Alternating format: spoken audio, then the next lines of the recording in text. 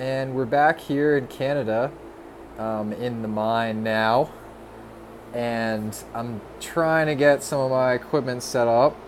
You can see over here is where we have our mining facility going on. Lots of equipment, a lot of ASICs. My equipment's a little bit different.